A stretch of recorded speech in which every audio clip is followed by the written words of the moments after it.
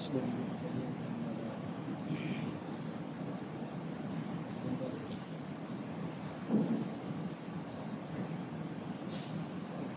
بالله من الشيطان الرجيم بسم الله الرحمن الرحيم ولله على الناس حج البيت من استطاع إليه سبيلا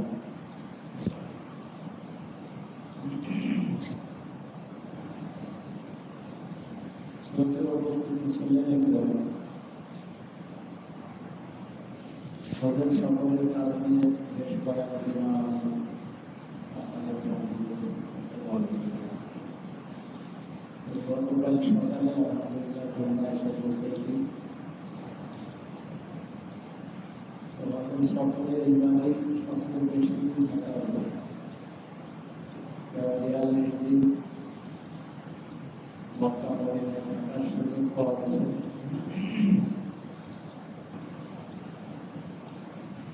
আল্লাহ বলে জিয়ারত আর এই সকল স্মৃতি বিজড়িত জায়গায় যাওয়া মিশনের একজন মানুষের জন্য এটা অনেক বড় জার্নি। আল্লাহ তাআলার পক্ষ থেকে মানুষের উপরে নির্দেশনা দেওয়া হয়েছে। যেহেতু সারা বিশ্বের মানুষ আমাকে কেন্দ্র করে হজের জন্য উপস্থিত করে আর দুনিয়ার বিভিন্ন প্রান্ত থেকে জায়গায় আসার জন্য প্রচুর অর্থ করে শারীরিক সক্ষমতা সামর্থ্য ইত্যাদির প্রয়োজন পড়ে। এই জন্য হজের এই ইবাদতটা পূর্ণ করতে বেশ কিছু শর্ত সাপেক্ষ। যদি আর্থিক সক্ষমতা থাকে, শারীরিক সক্ষমতা থাকে, তাহলে তাদের উপরে হজ খরচ করা। কুরআনে কারীমের মধ্যে আল্লাহ তাআলা সেই ঘোষণাই দিয়েছেন, ওয়ালিল্লাহি আলা নাসি হিজ্জুল বাইতি মান ইসতাতা ইলাইহি সাবিলা। যে ব্যক্তি কাবা ঘর পর্যন্ত পৌঁছানোর সক্ষমতা রাখে, কাবা ঘর পর্যন্ত পৌঁছানোর সক্ষমতা রাখে, তাদের উপরে আল্লাহ তাআলার পক্ষ থেকে হজের ইবাদত এটাকে আবশ্যক করা হয়েছে। অনেক মানুষ আছে যাদের আর্থিক সক্ষমতা থাকা সত্ত্বেও তারা হজে যায় না। হজ নামক যে ইবাদত, এটা ইসলামের গুরুত্বপূর্ণ যে 5টা স্তম্ভ, যার একটা হলো ঈমান, আর 4টা হলো গুরুত্বপূর্ণ 4টা ইবাদত, নামাজ, রোজা, হজ, যাকাত। এই 5 স্তম্ভের উপরে ইসলাম দাঁড়ানো। তার মধ্যে হজ একটা গুরুত্বপূর্ণ ইবাদত, যে কোনো মানুষ যদি হজ ফরজ হওয়া সত্ত্বেও সে হজে না যায়, তাহলে গুরুত্বপূর্ণ স্তম্ভটা সে নষ্ট করে দেবে। এই স্তম্ভ মানে হলো খুঁটি, ভিত্তি। একটা ঘর যদি 5টা খুঁটির উপরে দাঁড়ানো যায়, আপনারা একটা খুঁটি যদি কেউ ভেঙে দেয়, ওই ঘর যেমন নড়বড়ে হয়ে যায়। এই 4 ইবাদতের যে কোনো একটা ইবাদত যদি কেউ নষ্ট করে, তাহলে তার ইসলাম নামক ঘর নড়বড়ে হয়ে যাবে।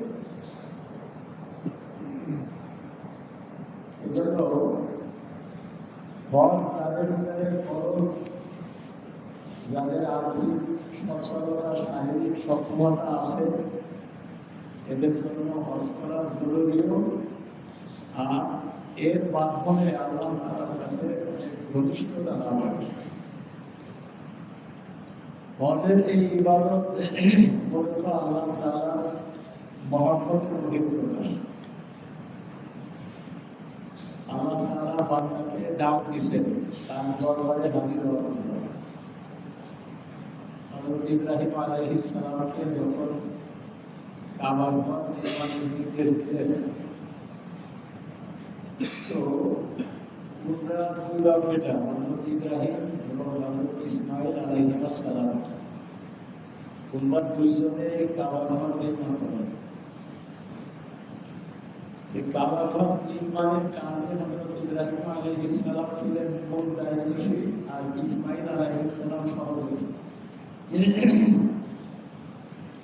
কাবা ঘরের উচ্চতা অনেক, যদিও টানা নাই একটানা, কিন্তু তাও প্রায় ৪৪ ফুট বিশাল, অনেক বিশাল, ৪৪ ফুট বিশাল। এই উচ্চতা গাঁথার জন্য সেই সময় লিফটের ব্যবস্থা ছিল না, আর ইলেকট্রিক কোনো যন্ত্রপাতি ছিল না। হযরত ইব্রাহিম আলাইহিস সালাম একটা পাথরের উপরে দাঁড়াইয়া কাজ করতেন, আর প্রয়োজন অনুসারে পাথরই উঁচে নিচে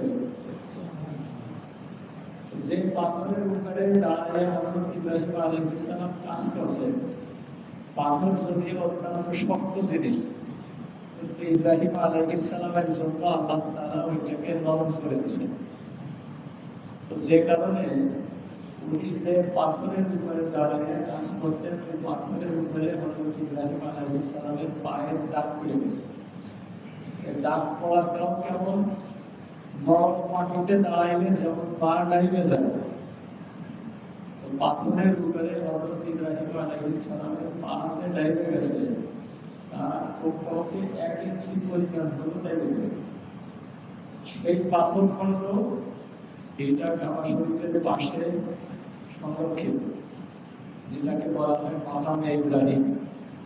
এই মাকামে ইব্রাহিম হযরত ইব্রাহিম আলাইহিস সালামের দাঁড়ানোর জায়গা, ওই পাথরটাকে রাইখা একটা কাঁচের বেষ্টনী দিয়ে তারপরে সেটাকে সংরক্ষণ করা হয়েছে। তো মানুষ করার সময় ওইটা দেখে সেই কত হাজার হাজার বছর আগে হযরত ইব্রাহিম আলাইহিস সালাম দাঁড়াইয়া যে পাথরের উপরে দাঁড়াইয়া কাজ করছে, তো সেই পাথরটাকেই সংরক্ষণ করা হয়েছে। এটা আল্লাহ তাআলার একটা অন্যতম নিদর্শন। সাথে সাথে রাসূল কারীম সাল্লাল্লাহু আলাইহি ওয়াসাল্লামের উপরে আল্লাহ তাআলার পক্ষ থেকে নির্দেশ জারি হয়েছে, অর্থাৎ মাকাম ইব্রাহিম মুসাল্লা, যে মাকাম ইব্রাহিম, যে জায়গায় যে পাথরের উপরে হযরত ইব্রাহিম আলাইহিস সালাম দাঁড়াইয়া কাবা ঘর নির্মাণের কাজ করছে, এই পাথরটা যেখানে সংরক্ষিত, এই জায়গাকে আপনি নামাজের স্থান হিসেবে ব্যবহার করবেন। এই জন্য তওয়াফের পরে 2 রাকাত নামাজ পড়তে হয়। এই তওয়াফের পরে নামাজটা আমরা ভুলে থাকি।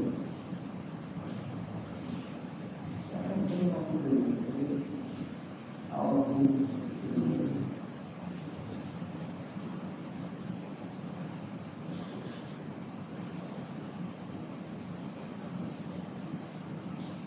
সেই জায়গাটাকে আল্লাহ তাআলা রাসূল সাল্লাল্লাহু আলাইহি ওয়াসাল্লামকে নির্দেশ দিয়েছেন নামাজগাহ বানানোর জন্য। রাসূল সাল্লাল্লাহু আলাইহি ওয়াসাল্লাম এই আয়াত তিলাওয়াত করছেন, আর সেই মাকামে ইব্রাহিমকে পিছনে তওয়াফের পরে যে 2 রাকাত নামাজ রাসূল সাল্লাল্লাহু আলাইহি ওয়াসাল্লাম সেই নামাজটা পড়ছেন হলো ওই পিছনে, মাকামে ইব্রাহিমের পিছনে। এই জন্য উত্তম হলো মাকামে ইব্রাহিমের পিছনে এই তওয়াফের নামাজ আদায় করা। তো বিভিন্ন নিদর্শনাবলী আল্লাহ তাআলা সংরক্ষণ করেছে।